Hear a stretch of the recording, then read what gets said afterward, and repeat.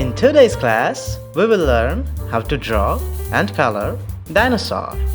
Dinosaurs are a diverse group of reptiles of clawed Dinosauria.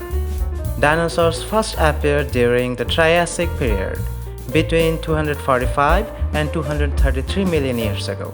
Although the exact origin and timing of the evolution of the dinosaur are still the subject of active research. To know more about it, please Google. Thank you.